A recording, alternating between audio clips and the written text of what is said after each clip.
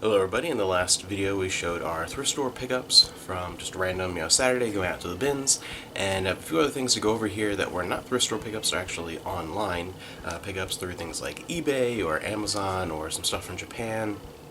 And that's part of one of the benefits of reselling, is not only do you get to find things in the wild much cheaper than you would online, every once in a while, if you really want to, you can convert some of the funds from the things you find into things online to purchase instead of spending your own money directly. Use the tools and what you find to add to your collections, and that's part of how so many have been finishing up so completely lately.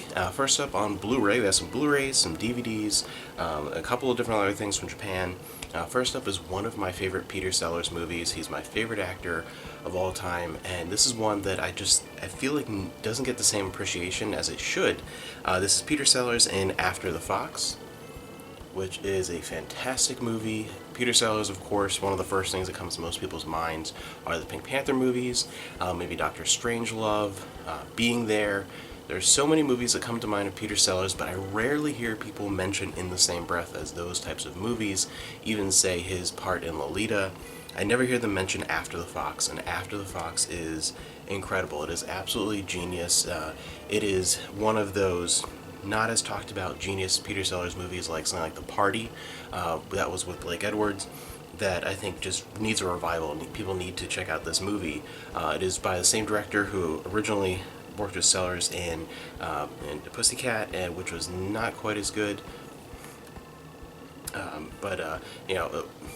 What's New Pussycat is okay, but this is the better direction for them with After the Fox. It is hilarious as Peter Sellers playing a very roguish Italian thief known as the Fox, and a jewel heist, or a gold heist, gold coming from Cairo to an undisclosed location in Italy, and he comes up with this genius plan of becoming this outlandish film director and moving the gold through, stealing the gold shipment under the guise of making a fake movie about gold, about a stolen gold shipment. So it's very fantastic. It's a great setup.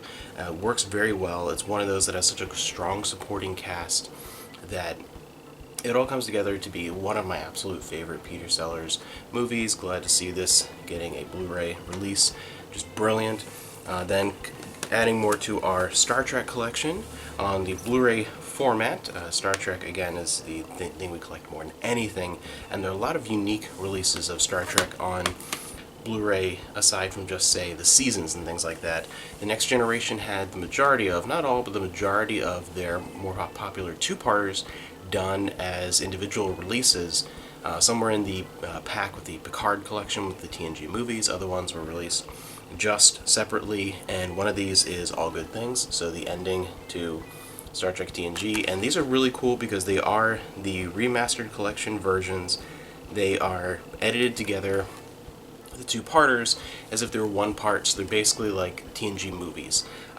They look fantastic, and they play together really well, just sewn together as one long piece. Things like Redemption is another great one, Best of Both Worlds. There's so many different TNG two-parters that work so well, edited together. They're kind of like the lost TNG movies in a weird way. They have new special features. This one includes more commentary by Ronald D. Moore and Brandon Braga, and then making of behind the scenes in HD episodic promos that would have remembered from watching it originally on TV. So these are really cool.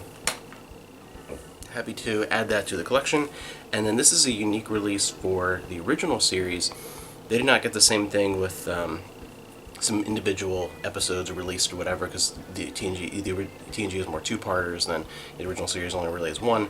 This is an interesting collection, Star Trek The Original Series Origins, which is a collection from the remasters that were released on HD DVD and Blu-ray. It is some significant episodes with introductions from Rod Roddenberry that are sort of first times. You have, of course, both pilots. You have The Cage and Where No Man Has Gone Before, and you have Space Seed, which is the first appearance of Khan, Errand of Mercy, which is the first encounter with the Klingons, and The Trouble with the Tribbles. So a lot of origins of some of the more iconic elements of the original series. I wish there were more collections like this, like there's the Fan Collective collections that we have on DVD, which have time travel episodes, Borg episodes, Klingon episodes from all the different series. It'd be cool to have more kind of themed collections on something like Blu-ray for Star Trek, but hasn't really happened. And then a couple other things on DVD. First up is a release that is not necessarily difficult to find, but it's difficult to find for a decent price because there are fewer copies than you would think. This is the complete 6th season of The Simpsons. You have Mr. Burns in the back there from the Who Shot Mr. Burns, and this, you'd say, what the heck is harder and more expensive to get with the complete 6th season of The Simpsons? Well, just to get the 6th season of The Simpsons is not hard at all.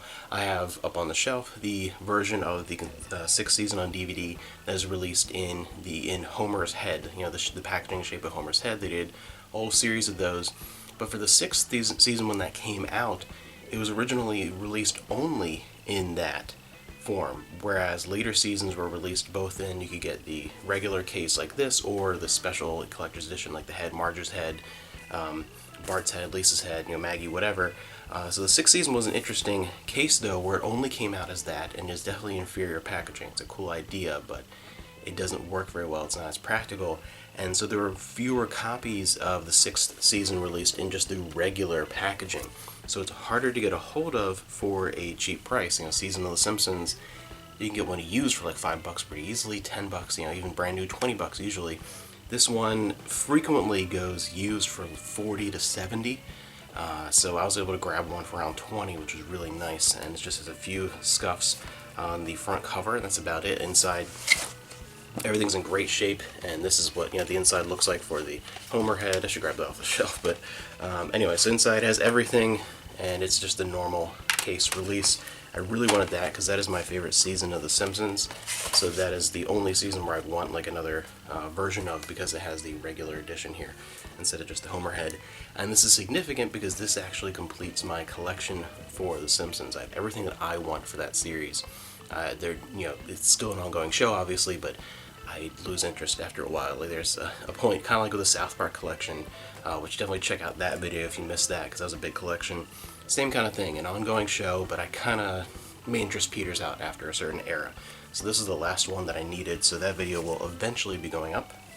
Next is a bit of an odd one. This is Robson Arms Season 2, which is a Canadian TV series all about this apartment complex and the people living there, and different sort of day-in-the-life stories, and lots of guest stars coming and going, different people involved in their lives, or new tenants in the building and leave, and things like that. It's why did I watch this? This is one of those Canadian shows that I watched. That Little Mosque on the Prairie. Like, there are a handful of Canadian-only shows that I just happened to catch and watch. Ready or Not being the big one that really, as a kid, impacted me, made me follow Laura Bertram's career.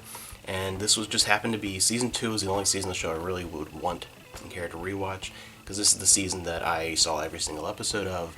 It's a season I really got into, and it has a two-parter. It has an appearance by Laura Bertram in here, so that's of course a must-have. So again, this is kind of like a what the heck is this if you're outside of Canada, but just kind of a interesting little show that I enjoyed, and that's the one season I would rewatch.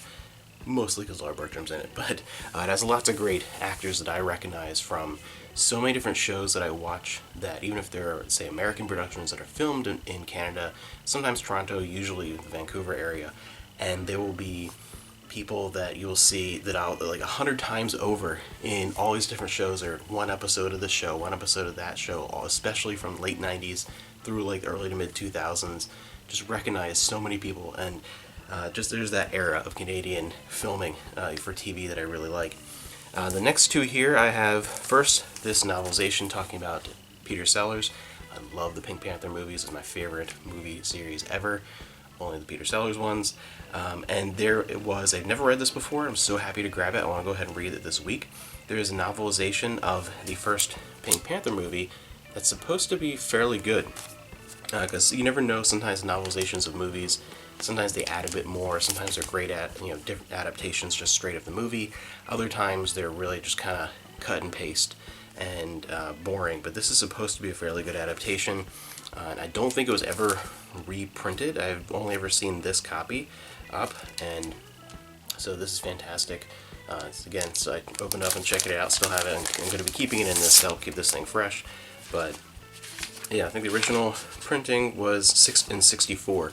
So really good condition. Very happy to add this to the collection. I love those movies, so I want to go ahead and give that a read. And the last thing is from Japan. They had done this with Final Fantasy VII and now Final Fantasy IX, which I consider to be the best in the series, my favorite in the series by a long shot.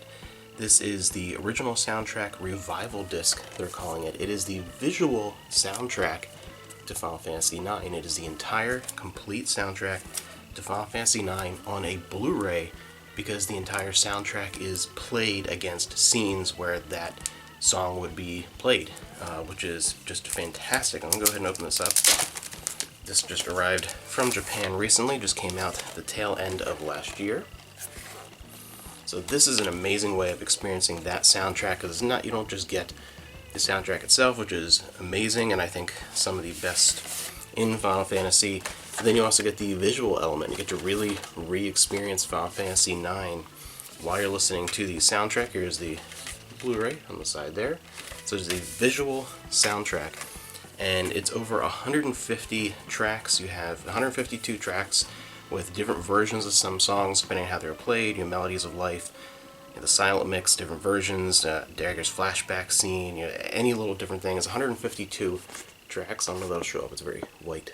But anyways, the whole track listing in here and some artwork. Beautiful collection. Just such a cool thing that they did. And again, previously they did this with Final Fantasy VII. I don't know if they did it with any other ones. Those just happened to be the two that I noticed. And as soon as I saw 9, I had to grab that. So that is just, I am really, really excited about this, because that's one of these games that I love to revisit every few years. It just got a physical release on the Switch, which I want to check out this year. And it's a game I play every few years, always have since it came out. And this is so awesome. I love the idea of this. I wish this would happen with some other games like Xenoblade Chronicles, especially RPGs, where there are some really good RPGs that I'd love to replay all the time, but you can't because they're too long. I mean, 20 to sometimes upwards of 100 hours. This is a great way of being able to revisit a lot of favorite scenes and experience brilliant soundtracks. This would be cool, maybe Lost Odyssey, something like that. A lot of great RPGs. This will be a fantastic release. Some of the Personas would probably work really well. A lot of RPGs where the soundtrack is very prominent and really well done. This would be a cool idea. So this is the Final Fantasy IX. They're calling it the original soundtrack revival disc. It is the visual soundtrack to FF9. So that is it for now for this video, and Amanda's been picking up and is playing now some PS4 games, and I'm holding off on those for a separate video, one more on the way, so make sure you come back for that, and I will see you guys around.